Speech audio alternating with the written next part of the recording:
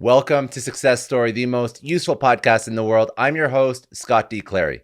The Success Story podcast is part of the HubSpot Podcast Network. The HubSpot Podcast Network has other great podcasts like Marketing Made Simple, hosted by Dr. J.J. Peterson. Marketing Made Simple brings you practical tips to make your marketing easy and, more importantly, make it work. Now, if any of these topics sound interesting to you, you're going to love his show. How to write and deliver captivating speeches, how to market yourself into a new job, how design can help and potentially hurt your revenue, and how to create a social media ad strategy that works. If these topics hit home and they're things that you want to learn about, go listen to Marketing Made Simple wherever you get your podcasts. Today, my guest is Julia Boorstin. Now, Julia is CNBC's senior media and tech correspondent and has been an on-air reporter for the network since 2006. She also played a central role on CNBC's bi-coastal tech-focused program, TechCheck, delivering reporting, analysis, and CEO interviews with a focus on social media and the intersection of media and technology. In 2013, she created and launched the CNBC Disruptor 50, an annual list she oversees highlighting private companies transforming the economy and challenging companies in established industries. She also helped launch the network's Closing the Gap initiative, covering the people and companies closing gender and diversity gaps. A graduate of Princeton University, she has been a reporter for Fortune magazine, as well as a contributor to CNN and CNN Headline News. She also worked for Vice President Gore's domestic policy office. She lives in Los Angeles with her husband and two sons. So we spoke about the current state and the future state of equity in organizations. We spoke about groundbreaking and deeply reported narrative work incorporating interviews with leaders from companies such as Bumble, Hello Sunshine, and the biometrics company Clear. She conducted all these interviews for a book she wrote. We spoke about the counterintuitive approaches of women running some of the world's most innovative and successful companies and what we can learn from them. And then we finally closed with how one VC firm eliminated bias through extreme self-awareness and the model that they deployed and the learnings that we can take from how they did it right.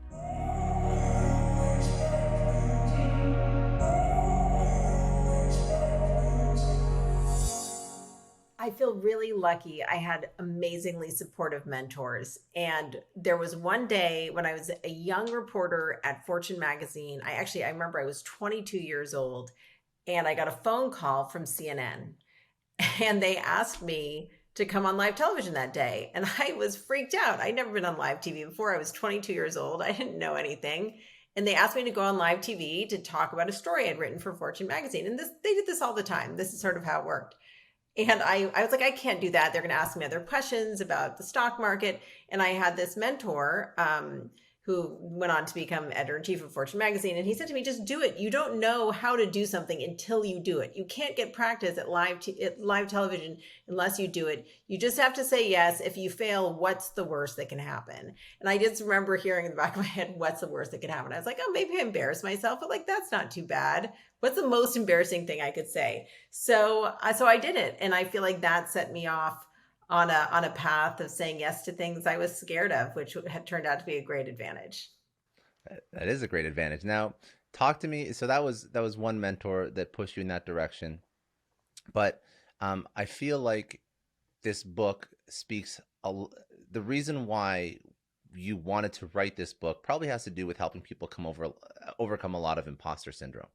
So that was one point that sort of set you down that path. But walk me through your career, walk me through your upbringing, walk me through some of the guidance and support you had way before this mentor, and then also some of the things that maybe you experienced in your career that were obviously compelling enough that got you to write a book about all the different struggles that women face in business. Because if you had an incredibly easy career with no problems whatsoever, I actually highly doubt that you would have been passionate enough about this topic to write an entire book on it. But nobody has an easy career. Everyone has ups and downs. There is no one who gets started on a career path and has a linear path. Everyone has to have challenges. Otherwise, they never have anything to overcome. So I would say everyone's path has some bumps along the way. So for me, I was so privileged. I grew up in Los Angeles with a hugely supportive family, but particularly when it came to this topic, my mom had sort of been, she'd gone to a women's college, and then she went to Berkeley, and she and my dad,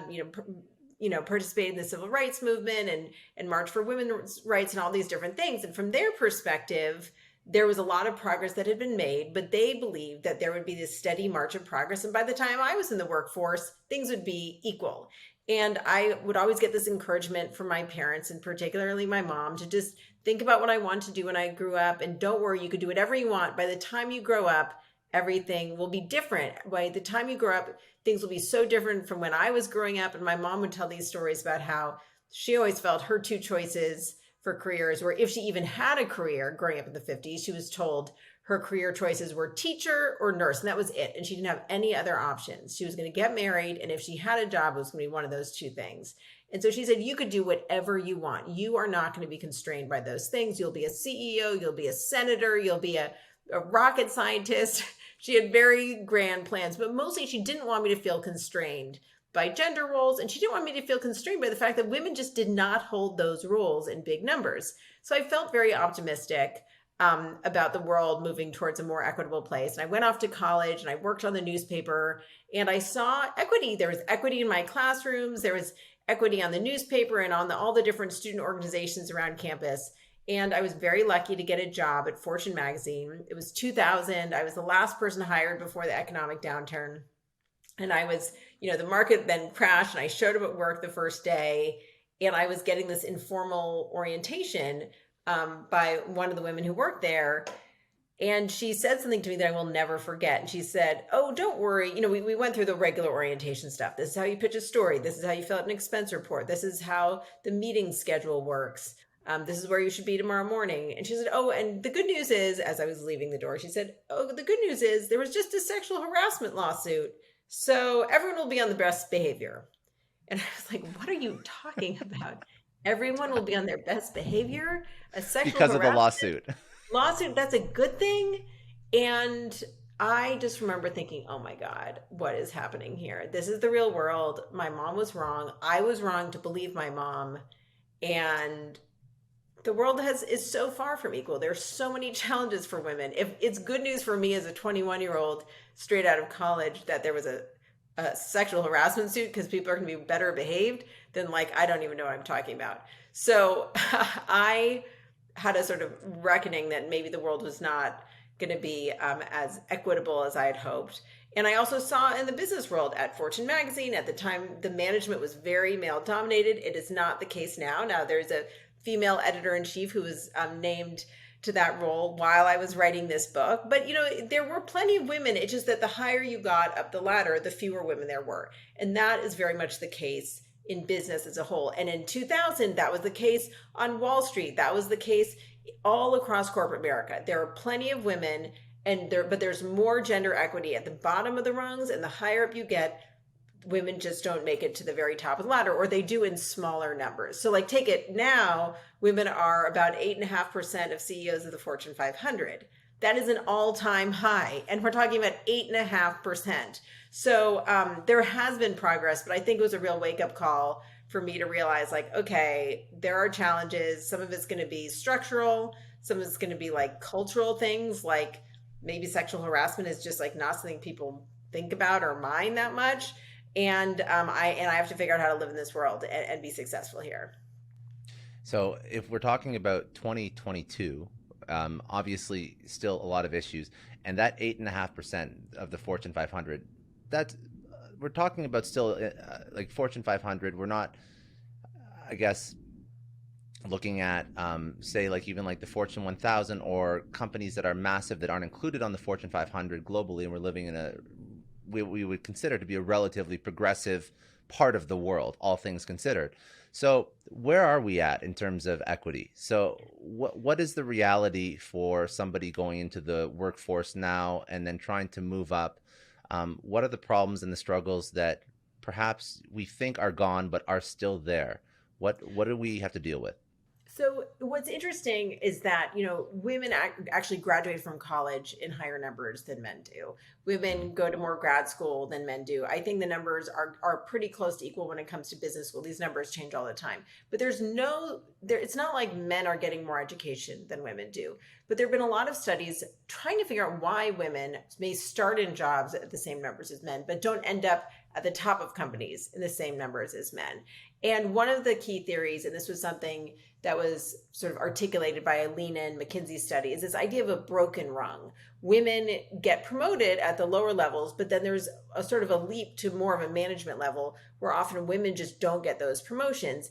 And interestingly, it doesn't necessarily seem to have anything to do with performance. It can have to do with how much women are pushing for promotions, or maybe they are sort of inadvertently penalized for taking time off from work for maternity leave, et cetera. So there's so many different reasons. But one thing that I really focus on in this book is I look at the tech industry in particular, because the tech industry has more of a gap in venture capital funding than in any other industry you'll see in terms of representation. So we all know that tech companies are incredibly powerful. They impact the way we live our lives, the way we travel with companies like Uber, the way we order every product to our house with Amazon. Like there's no company, tech companies have massive influence over everything. And tech companies are funded by venture capital, whether it's Facebook or Airbnb, all of these companies, Google, all these companies exist because venture capital fueled them and allowed them to grow massively while they were still losing money. So I wanted to look at this sector because this is the sector with the craziest gender gap. Women, on average, female founders have gotten 3% or less of all venture capital funding in the past 10 years. So if you look at billions of dollars in venture capital, like $30 billion last year, 3% of it, actually 2021, it was 2%. 3% or so of that money goes to companies with female founders. That's absolutely insane. So No, that's the reason really why. It doesn't really make sense. So I really want to focus on that world just because the gap was so crazy that I wanted to understand A, why that was happening, and B, how the women who had defied the odds and had managed to get that tiny piece of venture capital funding, how they had done it. I wanted to know their secrets because I thought these women are by definition exceptional, and I really want to learn from them. So we'll unpack why some women did receive VC funding, but that's a really interesting stat. So I would have actually assumed that of course, you think of tech as like, oh, there's, the tech bros and whatnot. And there's this like sort of like a negative connotation with the tech bro SF startup. But the numbers that tech is worse than some other legacy industries is absolutely insane. So if 3% of female founders are getting VC money, it's very obvious why there's not it's actually slightly more complicated. 3% of VC dollars go to companies with female founders. But it's 6% of deals. And what's interesting is because, each deal is like the check that's written. Yeah. What that means is that women's checks are smaller than the checks that men are getting. If they're getting 6% of deals and only 3% of dollars, it means the checks are on average smaller. So why is that? That's a huge problem to solve for right there. It's another problem too. So there's so much in here. And I just want to be clear. I'm not pointing fingers at anyone. I think what's really interesting about this is I don't think there's one group, one person, no one group or organization is to blame for any of this. This is layers upon layers of structural, historical, societal patterns that have established this system, and it's very hard to break them. What I was most interested in, impressed to learn in my research is just this concept of pattern matching is hugely powerful. Pattern matching is this idea that if you're a VC and you want to make an investment in a founder, your instinct and the data would indicate that you should invest in someone who matches a pattern. You should invest in someone whose company is similar to another company you founded. Maybe you have a habit or a pattern of investing in people who were engineers at an Ivy League school and then founded an enterprise software company, which they sold. And now you want to invest in these as second-time founders. If you're looking at that subset of founder, you're going to be looking mostly at men. So it becomes this feedback loop where people just invest in more and more of the same types of people. Part of it is that if you're a venture investor, you're making some big bets and you want to control every factor you can control. So if someone reminds you of Mark Zuckerberg, that could influence you. There's some crazy quotes in my book I've heard this from before. VCs saying, I'll invest in anyone who reminds me of Mark Zuckerberg. But I think that it's just this instinct to go with the familiar. And also, when you're an investor, you're going to be spending a lot of time with these companies that you're writing big checks to.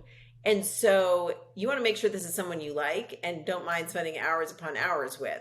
So there's also this instinct to invest in people who feel like you're friends. Maybe they went to your same fraternity, for same college, were in your same fraternity. So I think a lot of that is this sort of, it's pattern matching, which is a symptom of unconscious bias.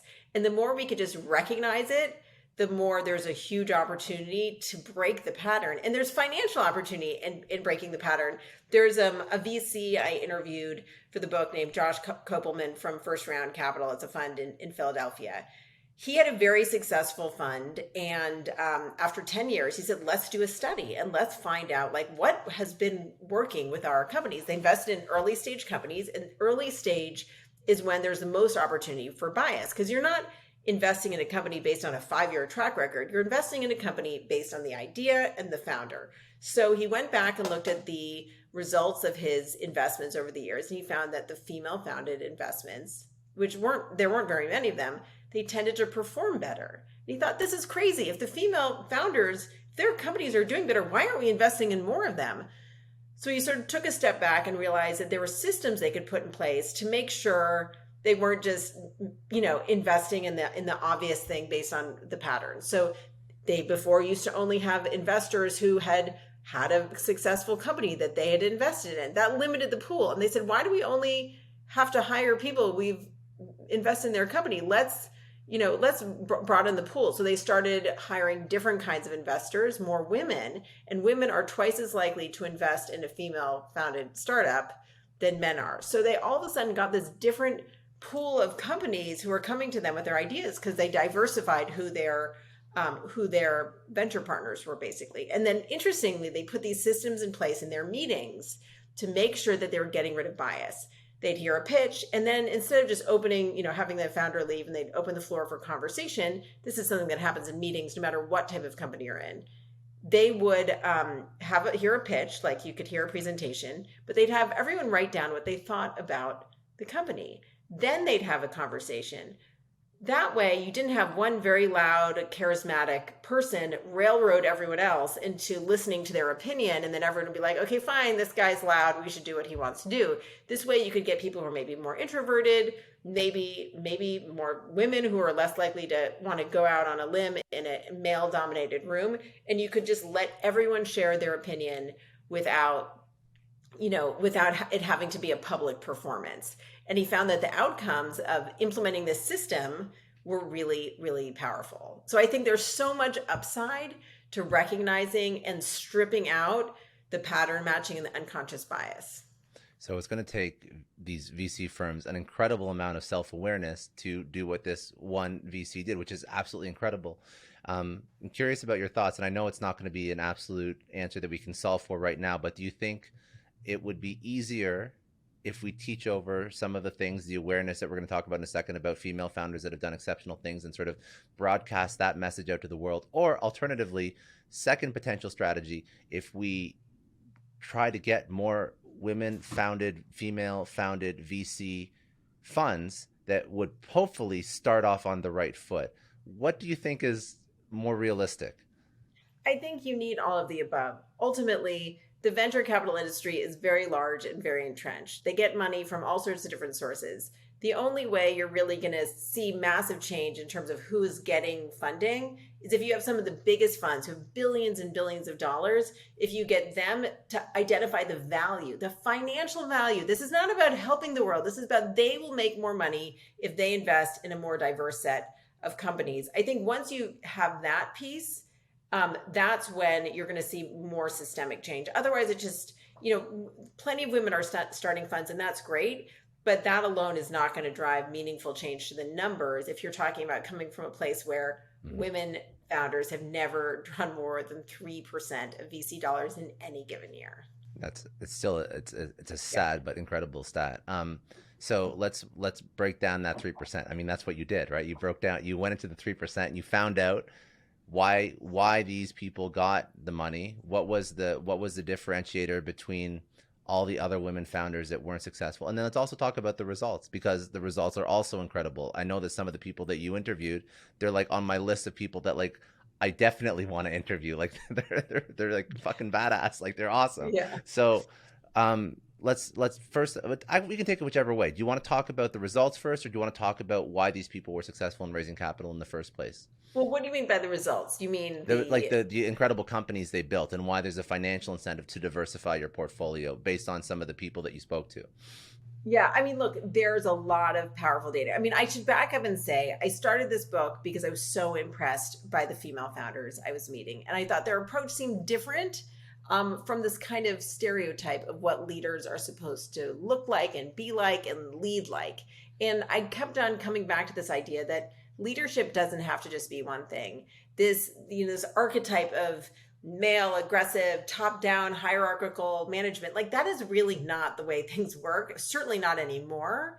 And we are seeing women lead in so many different ways. And I think it's really empowering to realize like all of these different things work. Maybe I have a piece of that in myself. Maybe there's something there that I can try to grow in myself. And it's okay that I don't look like that bro, the tech bro, as you put it, or the guy in the suit. That's our stereotype. So I first started off wanting to tell these amazing stories because, as you said, you guys have to read my book. It's so much fun. These stories are so surprising and inspiring. But behind the stories, I thought each of these stories is driven by different characteristics. Mm-hmm. What this woman is doing, trying to reform the healthcare system, what this woman is doing, trying to navigate the pandemic at the peak of the crisis with a company that by all other measures should have gone out of business and instead has gone on to magnificent heights.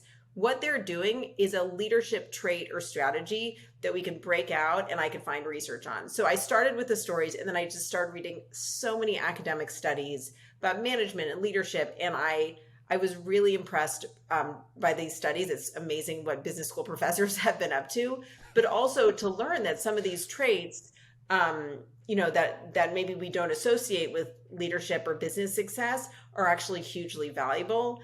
And we should just throw out the stereotypes of what a leader looks like, because it has nothing to do with what in reality actually works. 100%. Okay, so let's do some case studies. Let's walk through some of the people that you covered, like what they accomplished, what the trait is, why it was successful, because I want people to take from this episode away like different ways that they can go to their team tomorrow or their business tomorrow and maybe look at leadership in a slightly different context, and also tell some stories of some incredible people. So, I mean, you've interviewed everyone from, if I'm not mistaken, Whitney Wolf Herd is like awesome. She's super, she's amazing. I mean, you have Jennifer Hyman. Founder of Bumble, yeah. Yes, exactly. Founder of Bumble, which that was an incredible IPO.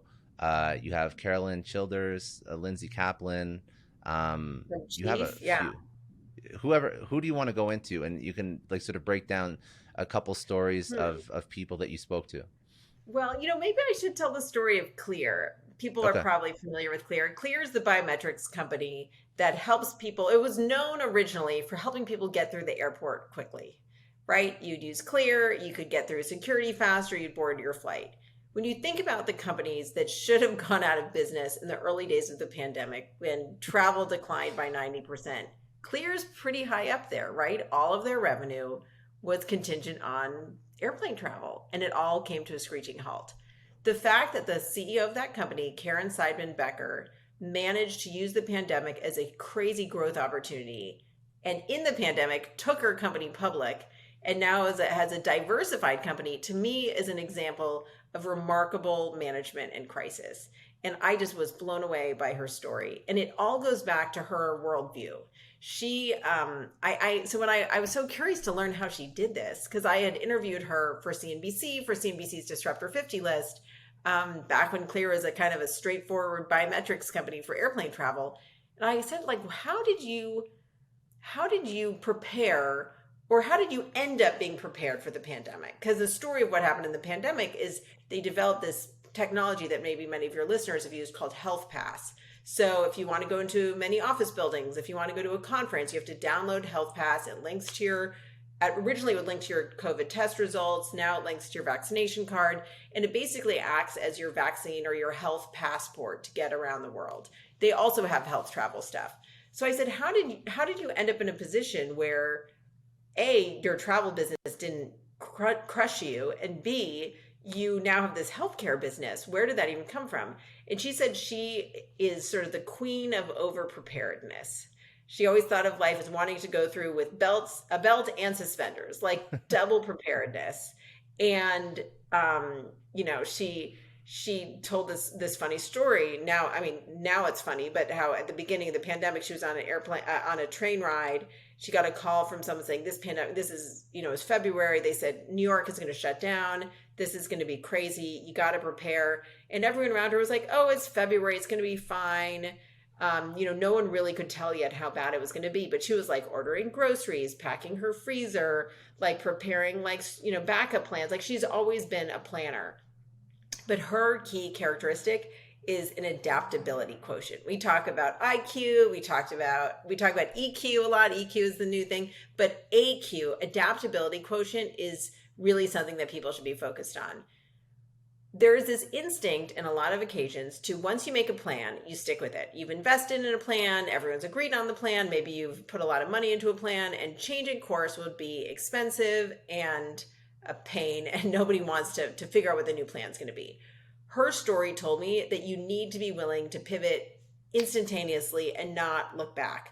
I think this was the case with a lot of companies that succeeded during the pandemic. But what's interesting about Clear is they not only kept their travel business alive, but they built this whole other health business. So she had the sort of seedlings of this idea about creating a health passport. And because they'd already been through this FDA process, the day that she started worrying about the COVID becoming a pandemic or becoming deemed a pandemic, they started building out health technology. And in April of 2020, well before a vaccine was even conceived of, they started thinking about linking to vaccine status. So her whole thing is like plan way far ahead and then be willing to pivot. They offered their tools to the NHL and NFL bubbles. They figured out how to use it to get people in and out of office buildings. But her whole thing was just don't get stuck in any one plan. And if you're already prepared and then ready to pivot, you can only create newer and newer opportunities. And I think it was just amazing to see the way she grew her business in the meantime. I just want to take a second to thank the sponsor of today's episode, HubSpot. Now, they don't call it the sales destination. It's a sales journey. And on that journey, you want the best tools and support to keep you and your customers connected every step of the way. HubSpot is an all-in-one CRM platform that is impossible to outgrow and ridiculously easy to use, meaning you never have to worry about it slowing you down. That's because HubSpot is purpose-built for real salespeople with real customers and real problems to solve. With customizable hubs and tools that you can add and subtract as you grow, and an interface that's just as easy to use if you're a team of 1 or 1,000, HubSpot is built for you and your customers to grow together wherever the journey takes you. Learn how HubSpot can help your business grow better at HubSpot.com. I'm going to say like that adaptability quotient. I love that because I think that I've seen a lot of business leaders that you're right. They don't pivot, and that's how they die. It's like my way or the highway. I'm not deviating. I'm sure this will work out eventually. I'm going to burn through cash and people and my own energy until I figure it out. And there's times when sometimes that'll work, but it's not the smartest way to do business. And it's definitely not the most cost-effective way to do business by any means. So that adaptability quotient is incredibly important. And that's something that she had intuitively. She was born with that, raised with that. That's how she's probably always been. How would you suggest a leader that's listening to this, they look at that example, they're like, wow, my business is in a less precarious industry and we should have survived COVID, but we didn't. And this leader was able to keep the business afloat through COVID, even though it had to do with air travel. Okay, I wanna sort of upskill myself with adaptability quotient. I don't know where I'd even start. So well, I think there are a couple of things. And one is the power of data. And we talk about data all the time. Every company in this book, every company in the world benefits from reading the data.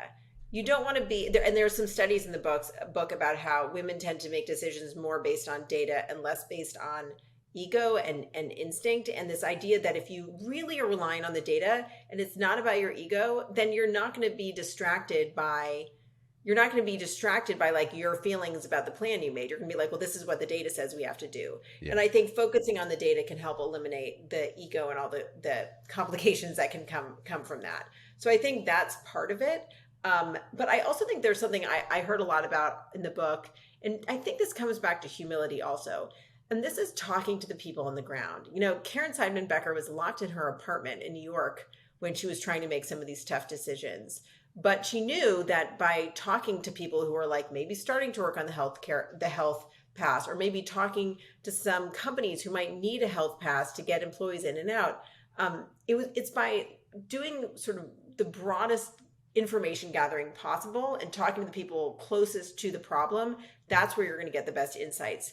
There were some other women I profiled in my chapter on managing in crisis, including Claire Babineau-Fontenot, who runs Feeding America, and also Michelle Nunn, who runs Care USA, which actually runs the care programs in 69 countries around the world. They had always offered aid all around the world, and she had this amazing moment where they have the pandemic, they're operating in 69 countries, everything's chaos. They come up with a plan, and that involves like shipping soap and hand sanitizer, and they're doing the things that the CDC recommends, and they feel like they're doing everything right. And then they got this message from women on the ground: we can't eat soap, we don't want hand sanitizer, we need you to help us figure out a way to make money when we can't leave our homes. And so there was this revelation that if she had just gone by the book, she would have let all of these people down all around the world. But by going into these different groups that they had helped organize, these lending groups, they could find out actually what people wanted. Because it's one thing to have the CEO say, I know what we should do. And it's another thing to say, okay, let's go talk to people and let's gather the data, back to the data, because maybe your idea is totally wrong. And in a crazy, unprecedented situation like the pandemic, or by the way, like a new kind of economic downturn, new kind of inflation, every situation is different, and you will only benefit by being humble as you gather information. It's ultimately like what I'm sort of seeing as you go through these different stories. It's an exercise in like empathy, removing any sort of ego from business decisions, operating based off data, and like you said, like EQ, IQ, AQ, like like just like being a better person when it comes to conducting business. But it's not like you aren't being less effective. It's not like you're doing things for, yes, of course you want to listen to your customers. If your customers are people around the world that don't have money to buy food for their families, that's the person that you have to listen to. If your customers are, well, anyone really, if you're not listening to them and you're bullheaded in your strategy, you're going to be ineffective, right? There's a strategy called servant leadership. And this is something that male CEOs have talked about doing. Mm-hmm. Howard Schultz, the founder of Starbucks, Fred Smith, the founder of FedEx. These are guys who have talked about how they use servant leadership. And what servant leadership is defined as is really putting your customers and your employees first, thinking about what is going to be best for these groups of people. And there have been books written on it. It's this whole management theory, but it's something that's really about sort of diminishing the leader's role in the organization, because they're trying to elevate the needs and the impact of all these other people.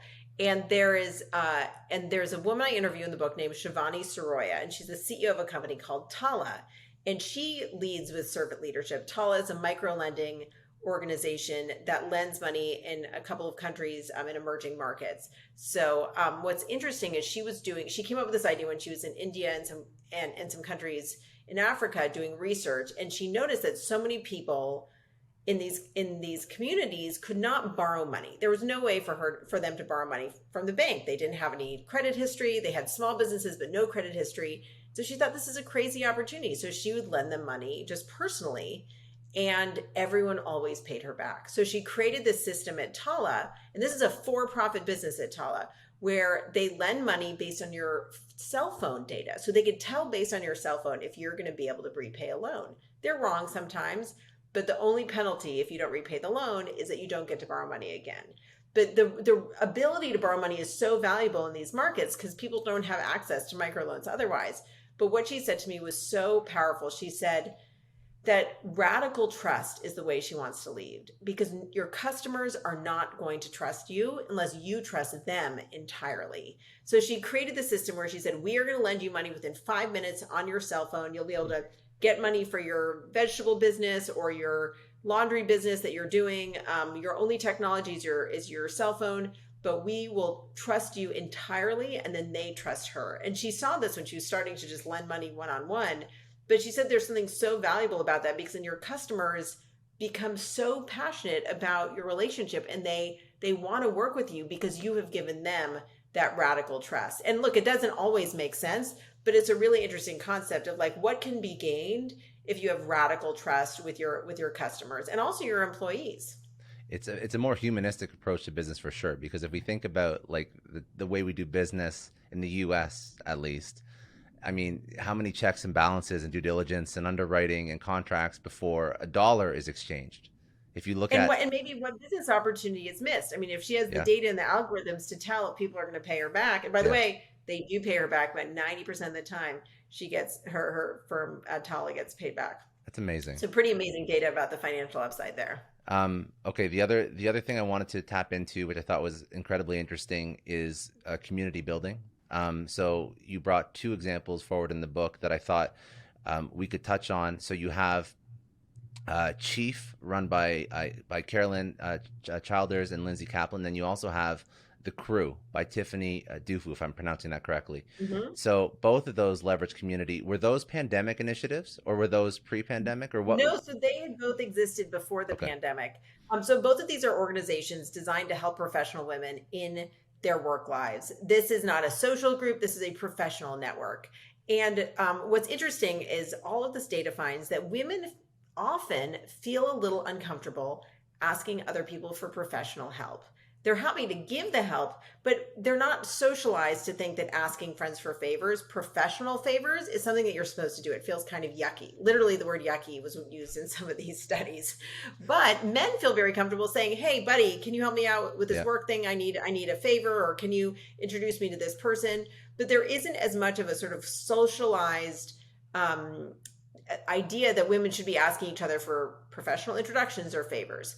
So these two organizations eliminate that social anxiety. They say you're coming together to get to know each other and to offer each other professional help and to be each other's business network. There's fascinating data showing that people who have a tight-knit but diverse network of people who don't necessarily work in their own company or in their own industry, but a diverse network of people, those are the people who are most successful in business, because they could get diverse ideas. They could pull in other things from outside their own little world. So what's interesting is that there's all this data, and Chief and The Crew both are designed as if they were designed based on all this data. I mean, they weren't, and a lot of these studies have been done since, but both these organizations gather women in small groups, and they either are coached or they are trained on how to coach each other for professional development.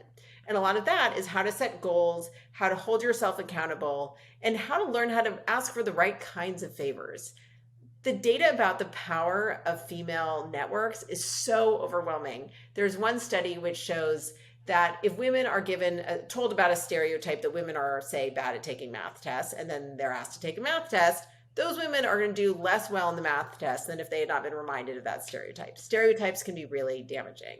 But if they are put in a small group of other women, and they're like, okay, you guys are all here together, we're going to tell you this stereotype. They're told the stereotype. The stereotype had no impact on their results. So there's something about groups of women that can eliminate the negative power of stereotypes that are bad for women.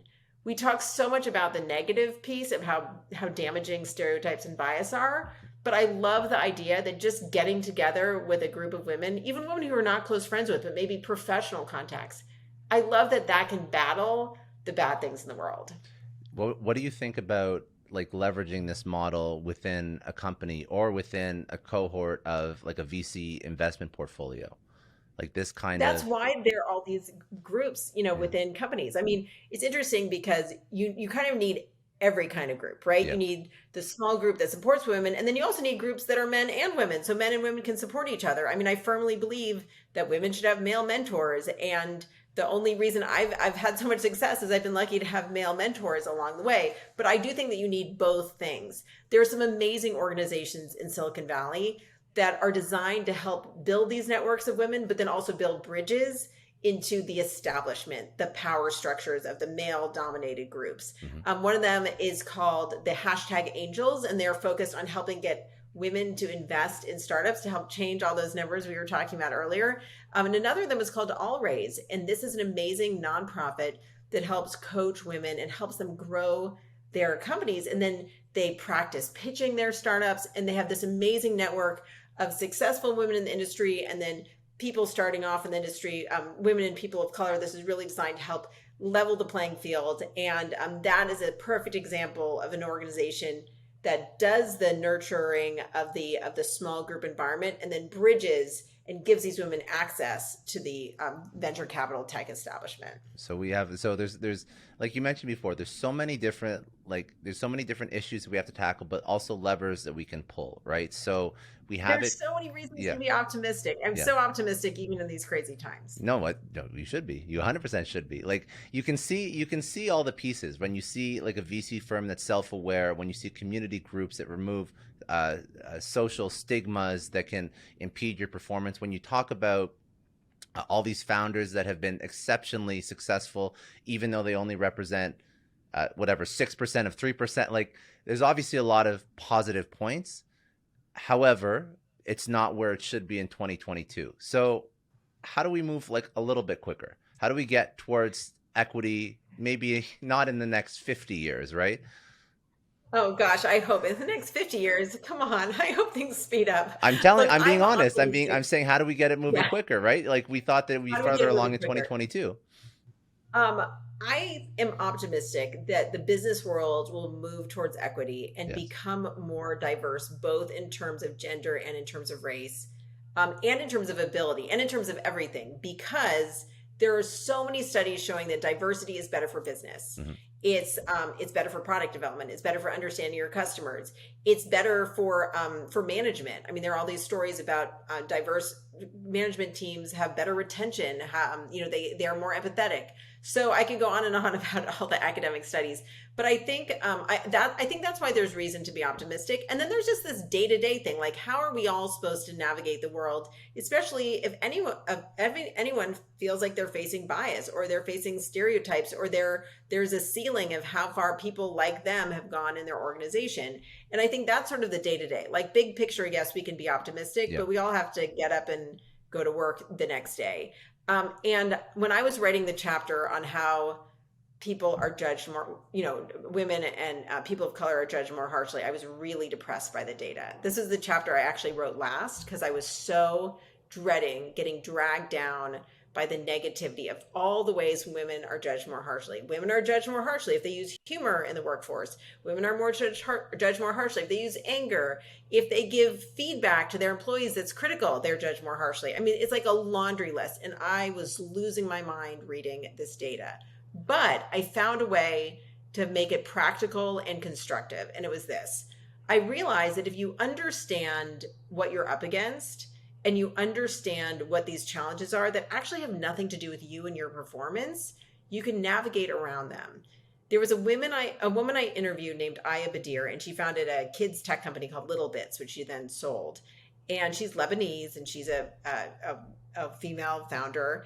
And when she was raising money, she said she faced the craziest kind of stereotypes and bias, and got the rudest questions. And she was telling me about some of these comments she heard. I was like, gosh, how did you not get so discouraged that you gave up? What did she deal with? Like, give us an example. I mean, just people would make rude comments to her. There were some women I interviewed. One of them said she was an Indian immigrant, and someone asked her, like, when are you going to hire a white male co-founder? Like, you're obviously not going to do this your own. Like, no one's going to ever let you run a company unless you hire a white man to go with you. Like, just things that just are so discouraging. That's really messed up, actually, that somebody would say that. Messed up, but that kind of stuff happens all the time. It happens all the time. And so I just wanted to know, like, I might have given up after that. I don't know how you keep going. And I got this interesting message from a number of women.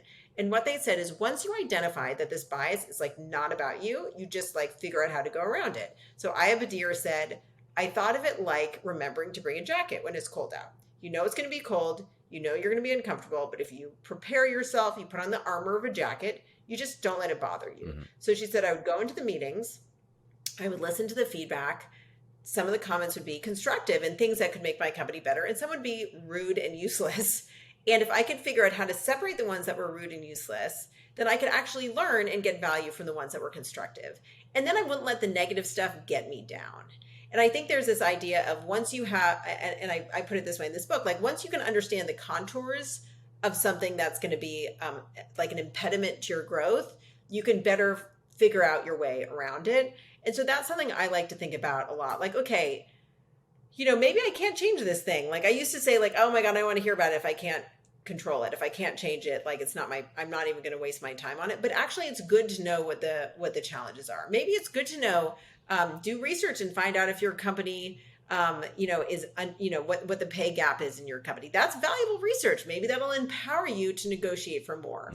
Mm-hmm. I just think that, again, data, but also using data to not be brought down by something that's challenging and to help forge your own path to success. Another option, that's sort of more of a career-focused option, but if you're looking to raise money, you may, I guess, research the fund or the firm and see who else they've invested in. I mean, you can also look at their board.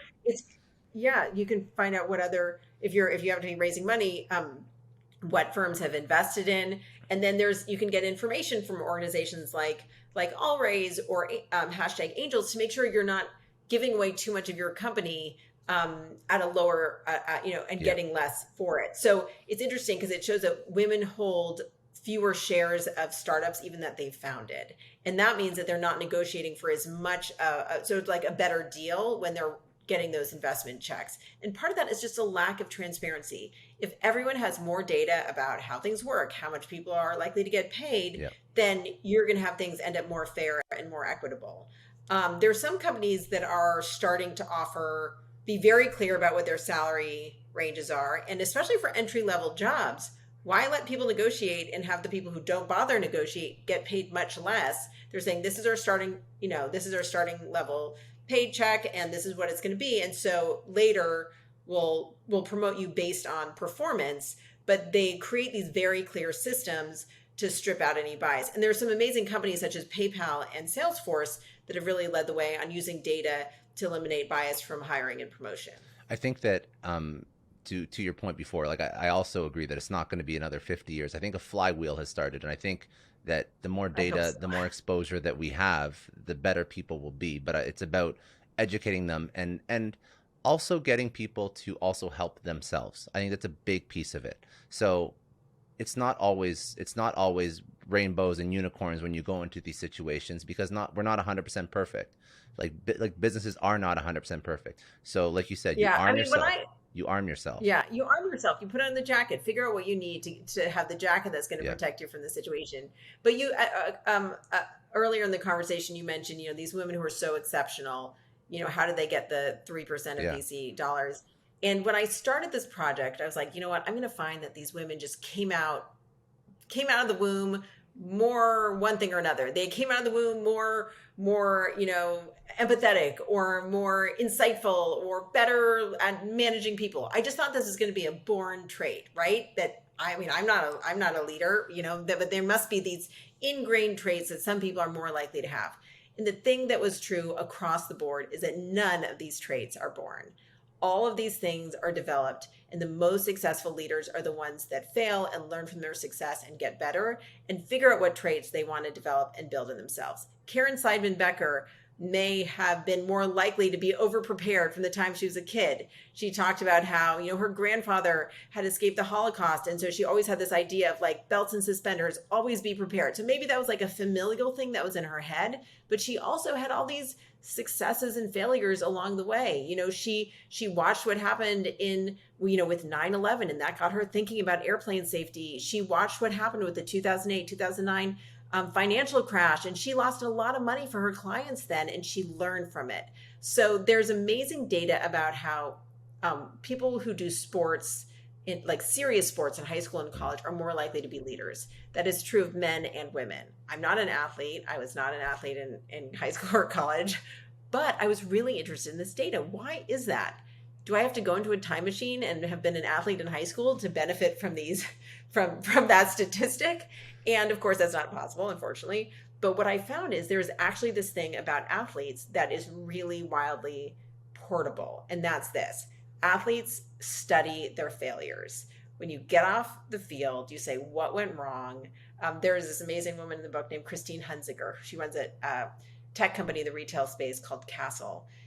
And she said, after any work situation, anything, any negotiation, anything, they do a sort of a post-event analysis. They don't call it post-mortems. She's like, nobody died. We don't have to make this negative.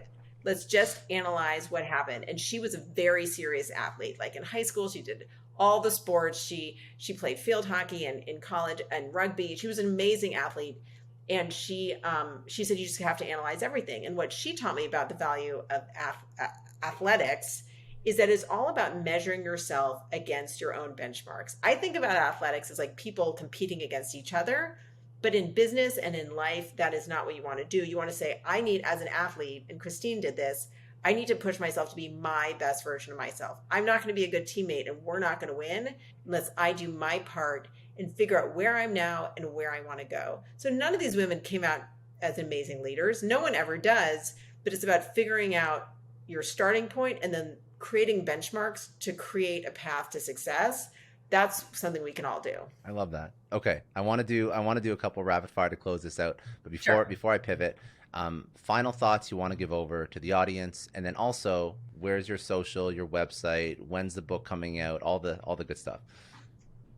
Final thoughts. I think there's so many fun stories in here. My book is full of data and practical takeaways.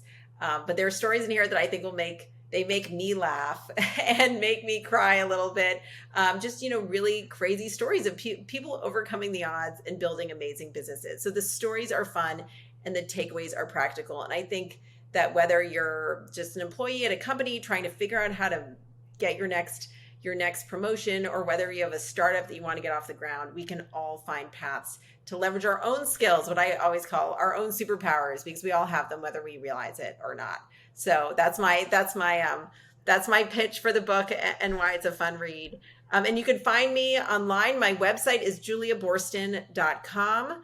And the book is called When Women Lead, and it's on Amazon. It's at your local bookseller. And I recorded a version for Audible, which is really fun. Did you do it yourself? And you can find it everywhere. Did you do it? I did it myself. It's really Good. hard. Recording an audiobook is hard, but really fun. I've heard that I've never written a book, but I've heard it's exceptionally hard. Good for you for doing it yourself.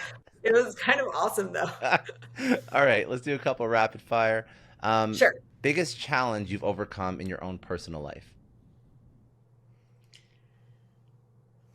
In my personal life, well, I'm a mom with 2 boys and a husband, and I think it's figuring out, that's the same thing as everyone, figuring out how to balance wanting to be everything for everybody and do a great job and be a great mom and be a great wife, and not having all the time in the world, and figuring out which things to let go, and how to do that without making myself crazy. How do you do that? How do you balance an exceptional career, great family? What's the secret? Maybe you don't have a secret. Maybe it's just trying to figure it out every day. It's a constant process. But I think, actually the pandemic really helped sort of strip away all the other stuff. Yeah. And just figure out what are the things I really want to do. And that's why I wrote this book during the pandemic, because I thought this is actually something that's really important. It's worth waking up at 5 on a Saturday morning and getting in 3 hours of writing before my kids wake up. So I think just trying to be intentional about how I spend my time. My husband and I have a joint calendar that we fill out every Sunday. And I think that has really forced me to be like, okay, what is my family time? And when I'm with my family, can I make sure I'm not distracted on my phone? And what is my book time and what is my TV time? And I think just trying to be intentional in the planning helps me stick to that when I'm in the moment and not get distracted. Good. Okay. What keeps you up at night? Oh, everything. Global warming, you name it. I think that there's so much I want to do, and I think it is hard to fit it all in. But I worry about all the normal stuff that everyone worries about, global warming and world peace and all of that. Okay, good. If you had to choose one person, stuff that I have no control over, which is why that's not. By the way, that's not a good thing to worry about. But I get it. But it's still not a healthy thing to worry about. You're going to stress yourself out. Um, if you had to choose one person, obviously there's been many, but pick one person who's been an incredible influence, impact, mentor in your life. Who is that person and what did they teach you? Well, I think I'd have to say my mom because she told me I could do whatever I wanted when I grew up, and I think believing that, even if it wasn't necessarily true, was a great boost for me. Um, but I feel like I try to learn from every person I interview, and that was one reason I wanted to write this book is because I love asking questions, and you never know what you're going to learn from someone, and people just surprise you. And I like to ask people the question you asked me of sort of who inspires you, or do you have a role model? And I think now people are, my mom taught me how to ask questions, and I think now people are even more willing than ever to really answer things honestly. Again, back to the pandemic, I think it kind of stripped out some of the fancy image that people like to put out there. And when you're sitting down and talking with someone, you just ask questions. And my mom can go up to anyone and she'll make friends in elevators. I mean, I always joke, she'll go into an elevator and on the other side, she'll have a new friend. But she just believes always that if you really ask someone a question, you look them in the eye, they will give you great respect for that. And I think it's totally true. I love that. If you had to pick a book, podcast, Audible, something that's impacted your life, what would you recommend somebody go check out? I'm going to recommend two books from my friend Eve Brodsky. She's an amazing writer. I don't know if you've read her stuff, but she has two books. One is called Fair Play, back to balancing out work-life stuff. And it's about how couples can divide the invisible labor, not the picking up the kids at school, but all the other stuff that people don't talk about. And it's a really amazing book that I find actually very practically helpful. She wrote another book called Unicorn Space that came out more recently, and that's about the value of having creative time. And I think it's so easy to get caught up in family and work and forget that you're supposed to do things for yourself and that there's actual value in finding creative time for yourself. And Unicorn Space has a ton of data on that. So I recommend that one as well. Amazing. If you could tell your 20-year-old self one thing, what would it be? You're going to have an amazing career and have more fun than you could have ever imagined. That's good. I love that. Okay, last question then. What does success mean to you? Wait, actually, can I redo that answer? You can totally redo that answer. Yeah. My 20-year-old self, I would say, don't be afraid of anything. Don't hesitate. Don't wait until you're ready. Nobody actually knows what they're doing. Even the people who think they know what they're doing, in reality, everyone's all just faking it till they make it, and then they figure it out. And so just try stuff and don't hold back. Pitch the story, call the CEO, do what it takes to really push yourself out of your comfort zone. It took me a while to feel okay pushing myself out of my comfort zone, and I wish I'd done it earlier and more often. Good. That's a good answer. Both of them are good answers, by the way. They're both very, very, very valid. Okay, then last question. What does success mean to you? Success. I mean, what is success to me? Interpret the question however you want to interpret the question. Okay. I think success to me is doing something that I am proud of and is adds some value to the world. My job as a journalist is so outward facing. Sometimes I feel selfish that I get to do stuff that is so interesting to me, but I feel like success is something that I enjoy that also has some value. And I feel lucky that I get to have both those things, something that I can tell my kids about and feel good about. And also it's fun for me to do. That's success. That's when you feel good and excited when you wake up in the morning.